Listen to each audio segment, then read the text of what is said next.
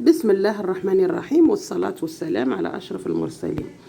أمس عملت فيديو الأول وضحت فيه المواضيع اللي رايحة نناقشها إن شاء الله معاكم على القناة، وهي أخطار المواقع الاجتماعية على الأسرة العربية والإسلامية.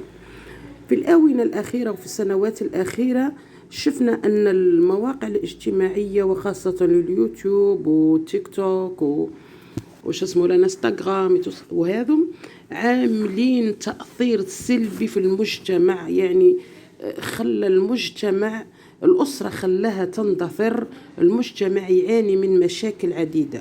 وعلى هذا فكرت في هذه الفكرة أن نناقش مع بعض ونعطي حلول وإن شاء الله نوصل النتائج.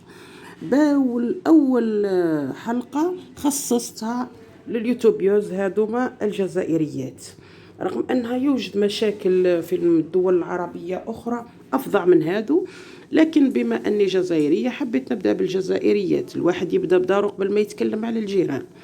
رايحين نبداو نتكلموا على هذا اليوتيوبرز الجزائريات اللي عاملين فضايح، راهم في أوروبا حقيقة فضايح فاضحين. كاينين يقول لك متفاهمين يسبوا في بعضهم باش يطلعوا القنوات، يعني عذر أقبح من ذنب. وكاينين اللي يقول لك لا، راها ما بيناتهم حرب شرسه. شوف هذه واش راهي تقول اليوم، نبهدلكم يا مرخص ما عندكم ما تقضوا لي. هذه اسمها نوال بريطانيا. انا في الحقيقه عطيت عليهم نظره وشفت القنوات، لاني قبل ما نتكلم في موضوع لازم نكون عارفه واش نقول. شاهد الحرب بين كارولين ونوال بريطانيا. هذه نوال بريطانيا خناينها نازله وهي تدير في المشاكل وتدير في التفريجات. هذه كارولين حكاياتها حكايات مهم. هذه كارولين لازمها 2 فيديوهات ولا 3 غير وحدها على مشاكلها. هذه نظن اسمها الشاوية، نوال الشاوية واسمها شاوية، حاشا الشاوية الأحرار عاملة فضايح وعاملة سبان، وهاي جايبة راجلها لهنايا مبيناته ومبينة عضاليه والتي تطلب به.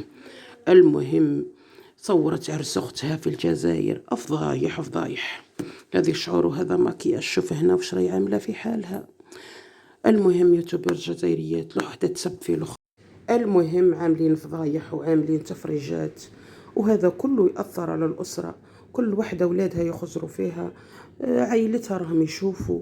لواش؟ من أجل الأدسنس، من أجل ربح المال أختي. ما قلنا لكش ما تربحيش، قدمي محتوى، قدمي لنا عاداتنا وتقاليدنا الجزائرية العريقة، قدمي لنا لباسنا، قدمي لنا طبخنا، طبقي لنا، عرضي لنا ثوراتنا، عرضي لنا تاريخنا، عرضيه للعالم، خليه يعرف نتشرفوا كل ما هو جزائري، لكن مش بالمشاكل. هذه اللي اسمها ريم قالت لهم ارقدوا في رمضان، كانت بالحمل وهي عامله حاله تسب وتقول كلام واحد ما يقدر يقوله، كلام تخرجوا من فمها اعوذ بالله من الشيطان الرجيم، وراجلها جنبها يتفرج الديوث.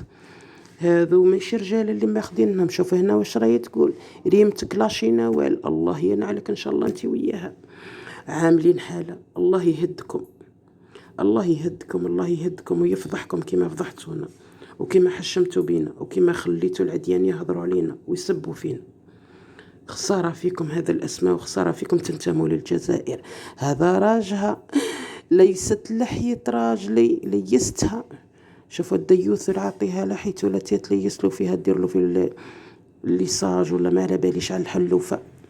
المهم أعوذ بالله منهم وخلاص. هذه اللي المعلمة اللي يقولوا لها كارولين عاملة حالها راحت دخلت للجزائر، أعلنت على دخولها للجزائر أول مرة بعد ما هربت منها. جاو تلاقوها في المطار هذوك النساء اللي ما عندهم لا من يحكم فيهم. وحدة قالوا باللي راجلها شافها طلقها، شافها غير في اللايف. عملت حالة في الجزائر. وهذه نوال بريطانيا، تقول لك بريطانيا العظمى، مسمية نفسها نوال بريطانيا العظمى، ولادها يتبعوا فيها. الراجل ما على باليش، مرة كاين مرة ما كانش. قبضوا دياركم. إذا كان حبيتوا تقدموا محتوى، قدموا محتوى نظيف يشرفنا.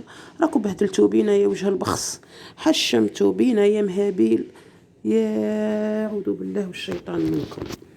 إن شاء الله أخواني أخواتي، راكم شفتوا بعض النماذج الجزائريات واليوتيوبرز الجزائريات اللي في أوروبا واللي قدموا محتوى فضح وسب وشتم نهار كامل منوضين الحرب ما بيناتهم.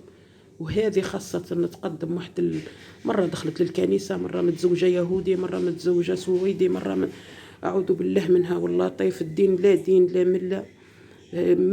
يعني مثل سيء للمرأة الجزائرية للأسف الشديد، ولو كانت مي جزائرية كان أحسن.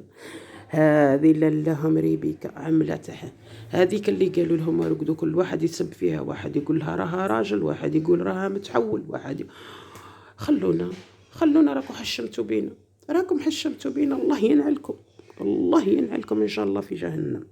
حلقة أخرى إن شاء الله. شوفوا هنا كيفاش معرية روحها هذه نوال بريطانيا العظمى. حلقة أخرى إن شاء الله. رايحة نتطرق لبعض القنوات اللي بهدلت بالأسرة كذلك في دول الجوار، خليها مفاجأة. أما هذوما الجماعة اللي راهم في الخارج وبهدلوا بالأسرة الجزائرية وبهدلوا بالجزائريين وحشموا بينا وخلونا لبانا في فم العدو. إلى اللقاء. تنسوش تعملوا اللايك والاشتراك في القناة، وشكرا.